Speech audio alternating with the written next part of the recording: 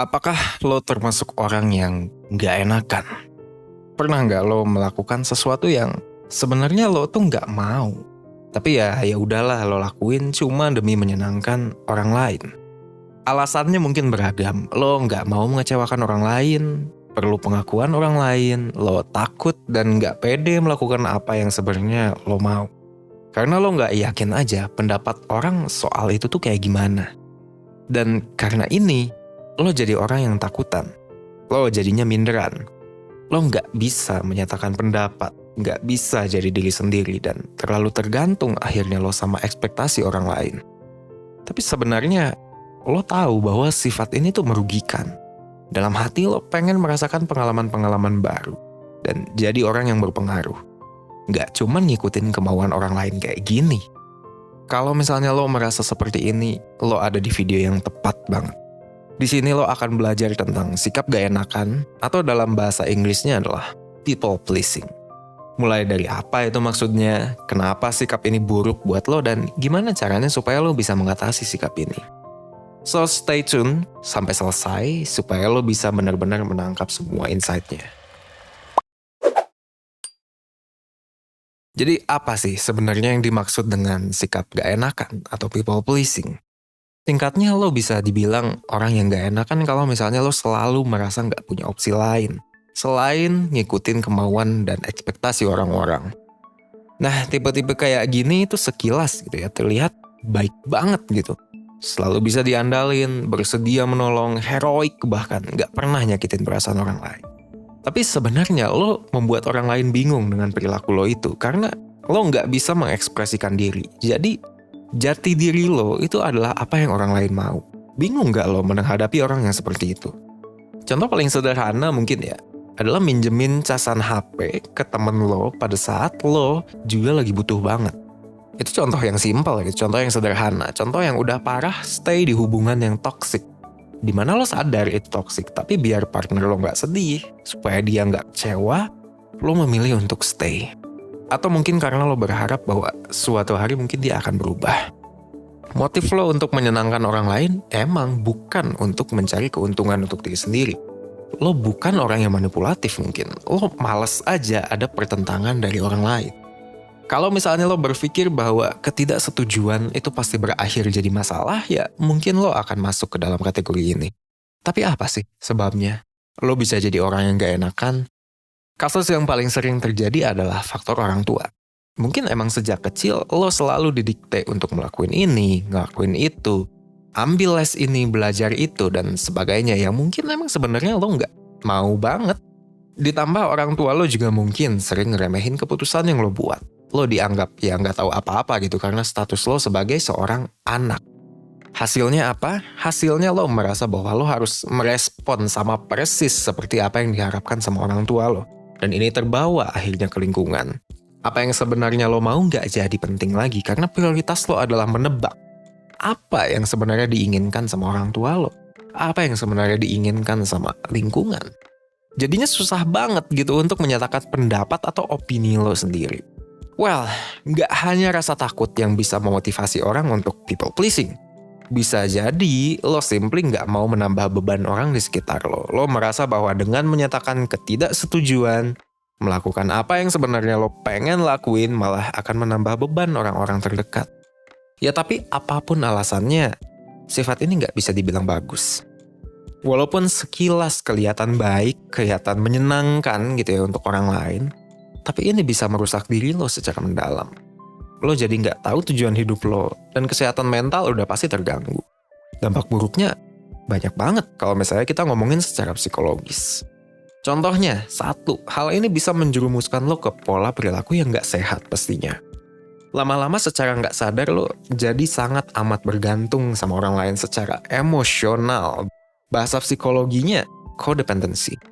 Lo hidup di state yang pasif, alias cuman ngikutin kemauan orang-orang, nggak percaya sama keputusan yang lo buat sendiri.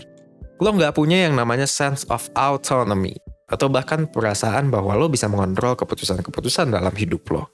Dan pola ini nggak akan hilang gitu aja seiring waktu gitu, namun akan berpindah ke orang lain. Misalnya awalnya lo tergantung sama ekspektasi orang tua. nanti bisa jadi pindah gitu. Codependency lo pindah ke saudara, terus pindah. Ketika lo keluar dari rumah, lo pindah. Lo tergantung sama pasangan, temen, dan lain-lainnya. Intinya, dimanapun lo berada, lo pasti cari validasi. Dan entah dari orang sekitar lo, entah dari orang yang lo sayang atau kayak gimana. Dengan cara people pleasing. Dan satu lagi yang perlu lo ketahui adalah perilaku people pleasing ini tidak membuat pihak manapun jadi lebih baik.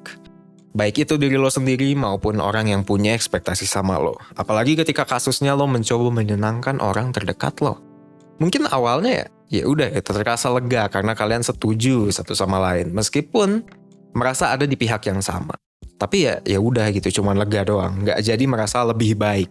Bahkan in the long term mungkin aja dia akan menyesali keputusannya. Dan lo akan jadi merasa stres, tertekan. Pada akhirnya apa? Keduanya nggak happy. Contoh misalnya lo pengen lanjutin sekolah ke luar kota, lo pengen pindah ke luar negeri mungkin. Tapi orang tua lo nggak setuju. Mereka maunya lo di rumah aja, nemenin mereka sambil bantuin kerjaan rumah. Karena lo nggak enak ya, dan lo nggak mau menentang karena mereka orang tua lo, jadinya lo pura-pura setuju. Pura-pura setuju, padahal di hati lo nggak setuju sama sekali. Lo pengen punya kesempatan untuk kuliah di luar kota, kuliah di luar negeri. Tapi tahun depannya ternyata orang tua lo mengeluh dan marah-marah karena lo belum dapat pekerjaan tetap juga gitu. Padahal kalau misalnya dulu lo ikutin kemauan lo, mungkin lo udah dapat kerjaan tetap sekarang. Ya nggak? Dan kalau kayak gini, lebih baik lo ambil apa yang jadi keinginan lo kan, awalnya gitu. Karena emang pada akhirnya yang paling tahu diri lo itu adalah diri lo sendiri. Bukan orang tua lo. Orang tua lo cuman bareng sama lo pada saat lo di rumah. Dan ketika lo udah hidup di dunia nyata gitu ya, lo akan mostly ada di luar rumah gitu. Kalau misalnya lo people pleasing gini terus, sama aja kayak lo ngasih tanggung jawab ke orang lain untuk menentukan apa yang harus lo lakukan ketika sebenarnya mereka tidak mau. Dan padahal mungkin mereka nggak ngerti lo tuh maunya apa, lo butuhnya apa yang di luar sana lagi terjadi. Dan itu yang kedua. Dan yang terakhir adalah ngomongin soal kepercayaan diri. Wah, itu udah jangan ditanya lagi. Kepercayaan diri lo akan semakin turun. Sebenarnya dengan lo jadi orang yang gak enakan aja gitu ya, berarti lo kan gak pedean. Tapi rasa pede lo akan turun lagi kalau misalnya lo udah merasa susah lepas dari perilaku ini. Lo udah terbiasa sampai di titik lo mikir ya udahlah, emang bawaan gue kayak begini, bawaan gue gak pede, gue gak bisa berubah lagi. Mau jadi apa nanti lo ke depannya kalau misalnya lo tetap seperti ini? Ya oke. Terus gimana nih cara lo untuk mengatasi sikap gak enakan ini? Yang pertama adalah lo harus menentukan dulu prioritas lo, tujuan lo itu apa sebenarnya. Coba pikirin, sebenarnya hal-hal apa yang lo anggap penting? Apa aja gitu yang membuat lo merasa lebih baik? Apa aja yang pengen lo lakuin dari dalam diri lo sendiri? Setelah mikir-mikir dan udah punya jawaban, let's be consistent. Beranikan diri untuk bilang enggak ke hal-hal yang emang gak akan membawa lo kemana-mana berdasarkan tujuan lo. Ini akan membuat lo jadi merasa punya kontrol terhadap hidup lo sendiri. Menetapkan batasan dan jadinya lebih fokus. Melakukan hal ini emang gak akan gampang, apalagi kalau misalnya lo sudah terjebak di dalam siklus people pleasing ini dalam waktu yang cukup lama gitulah. Ya mungkin lo bingung aja gitu, apa yang layak lo pertahankan. Apa yang mau lo lepas, apa tujuan lo sebenarnya kayak gitu. Tapi ya tenang aja. 1% bisa membawa lo ke sana lewat mentoring. Di sini lo bakal discuss sama mentor 1% yang terlatih dan pengalaman di bidang masing-masing. Lo nggak akan dijudge, kerahasiaan juga akan dijaga. Selain itu lo juga bisa dapat pandangan yang objektif dan perspektif lain tentang masalah lo ini kayak gimana. Ya nggak cuma diskusi aja, lo juga akan dapat tes psikologi dan interpretasi untuk membantu lo refleksi diri. Yang kedua, worksheet yang sesuai sama kebutuhan lo biar lo bisa tetap mengembangkan diri walaupun sesi mentoring udah selesai. Dan yang ketiga, mentoring ini juga datang dari berbagai paket, tapi yang pasti semua menti yang udah ikutin merasa puas dengan layanannya. Dan kalau misalnya menti merasa tidak puas, kita bahkan berani untuk memberikan mentoring lagi. Oh iya, cara bayarnya juga gampang banget. Lo bisa bayar via bank transfer, bisa via Alfamart, GoPay, OVO, atau kalau misalnya bahkan lo lagi nggak punya uang sekarang, bisa pakai pay letter, men. Kalau misalnya lo mau cari tahu info lebih lanjut, silahkan klik link yang udah gue pin di komen atau di description box. Oke, lanjut ke cara selanjutnya. Meningkatkan kepercayaan diri secara internal. Kayak gue bilang tadi gitu ya, salah satu alasan lo bersikap gak enakan adalah karena lo pengen dapat validasi. Lo pengen dapat apresiasi dari orang lain. Nah, ini berarti kepercayaan diri lo sumbernya dari eksternal. Gue saranin supaya lo perlahan-lahan untuk memindahkan sumber kepercayaan ini menjadi internal. Alias ya, lo pede karena apa yang lo pikir tentang diri lo sendiri, bukan tentang apa yang orang lain pikirkan soal lo. Tapi ini gampang diomongin, susah untuk dilakuin. Yang bisa lo lakukan adalah validasi diri lo sendiri. Caranya dengan melakukan hal yang emang membuat lo merasa pede. Kembangkan mastery, yaitu perasaan bahwa lo berproses menjadi lebih jago dalam suatu hal. Jadi, lo bisa merasa lebih baik dengan menjadi diri lo sendiri.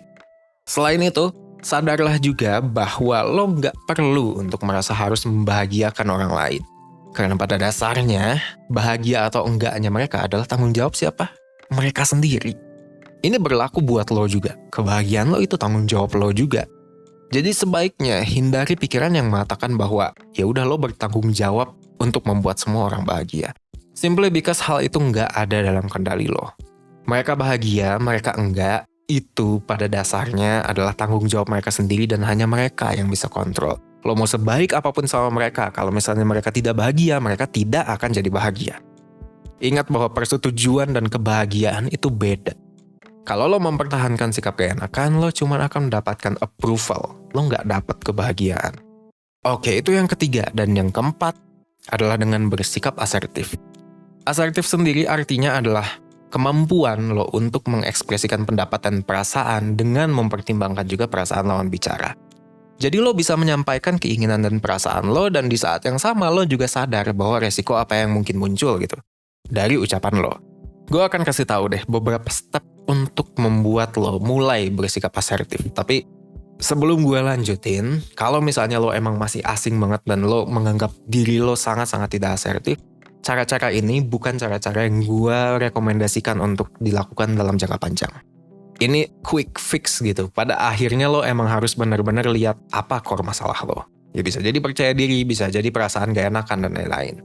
Yang pertama, ketika lo sedang mendeskripsikan perilaku orang lain yang membuat lo gak nyaman, deskripsikanlah perilaku tersebut secara spesifik. Hindarilah kata-kata yang artinya umum, kayak lo selalu nyebelin men, lo tuh pemarah men, lo baperan men, kayak gitu. Itu gak spesifik, udah kayak gitu menyerang, itu ambiar lah pokoknya. Dan selain itu, jelasin perasaan lo menggunakan kata aku atau gue. Jelasin dari sudut pandang lo. Jadi abis lo nanya kenapa dia melakukan itu, lo ungkapkan aja pendapat lo dengan fokus sama perasaan lo terhadap perilaku dia tersebut. Jelasin juga apa yang lo inginin sebenarnya. Orang kadang lupa kayak gitu. Jelasinnya spesifik. Apa perilaku yang lo inginkan dan apa yang tidak lo inginkan. Apa perubahan yang lo inginkan, apa yang tidak lo inginkan. Pastiin bahwa perilaku-perilaku tersebut emang mungkin untuk diubah, dan pertimbangkan juga kebutuhan lawan bicara lo. Tapi sikap asertif ini bisa aja nggak tepat sasaran sama beberapa orang. Mungkin yang ada lo malah diejek tuh, dikritik dan didendamin gitu sama temen lo. Atau ya jatuhnya gitu ya, mungkin dia malah minta maaf dulu gitu, dan akhirnya menjauh dan hubungan kalian jadi canggung. Kalau udah gini ya lo perlu mengerti bahwa komunikasi yang terbaik ya adalah komunikasi dua arah. Nggak hanya lo mengutarakan perasaan, lo juga perlu mendengarkan secara empatik. Lo ajak ketemu, lo ajak ngobrol gitu, kenapa dia jadi kayak gitu. Tapi ya kalau misalnya abis ini masih sama aja, ya lebih baik sadarkan diri sendiri bahwa hubungan kayak gitu ya nggak layak juga gitu untuk dipertahanin. Lebih baik kalian jalan masing-masing lah. Satu persen udah pernah bikin video tentang cara jadi asertif. Lo bisa nonton lebih lengkap dan detail di video berjudul Cara Mendapat Perlakuan Baik dari Orang Lain. Dalam kurung cara menjadi asertif. So, kita udah bahas banyak tentang sikap gak enakan, mulai dari apa artinya, kenapa lo bersikap seperti itu, dan dampak buruknya. Dan gimana lo bisa juga mengutarakan pendapat, perasaan, dan melakukan apa yang lo inginkan tanpa menyakiti perasaan orang lain.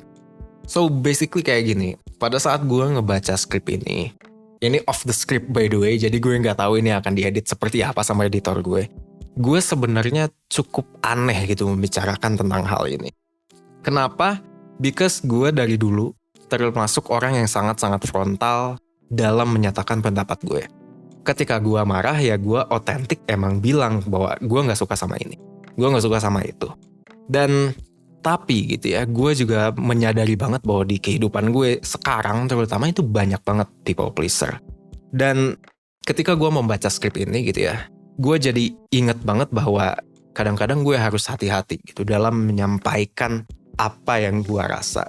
Dan mungkin kalau misalnya lo nonton video ini dan lo ada di posisi yang sama kayak gue, mungkin untuk kita gitu ya, kita juga perlu untuk berempati ya sama mereka gitu. Kadang-kadang kita menganggap bahwa ya udah gue menjadi diri gue apa adanya aja. Tapi kadang-kadang lo lupa bahwa ya again gitu, siapapun lo, di posisi manapun lo berada, ya pada akhirnya lo harus memerhatikan perasaan orang lain juga, kebutuhan orang lain juga. Karena kalau misalnya dari gue sendiri, gue sangat tidak mau apa yang gue keluarkan dari mulut gue, dari ketikan gue, dari video yang gue keluarin itu berdampak tidak baik untuk orang-orang di sekitar. Apalagi untuk para presenters gitu, orang yang emang gue pengen kembangkan. Ya udah, itu sedikit curhat aja dari gue. Dan semoga video ini membantu lo untuk berkembang at least seenggaknya 1% deh setelah nonton video ini. Gue Vicky dari 1%. Thank you.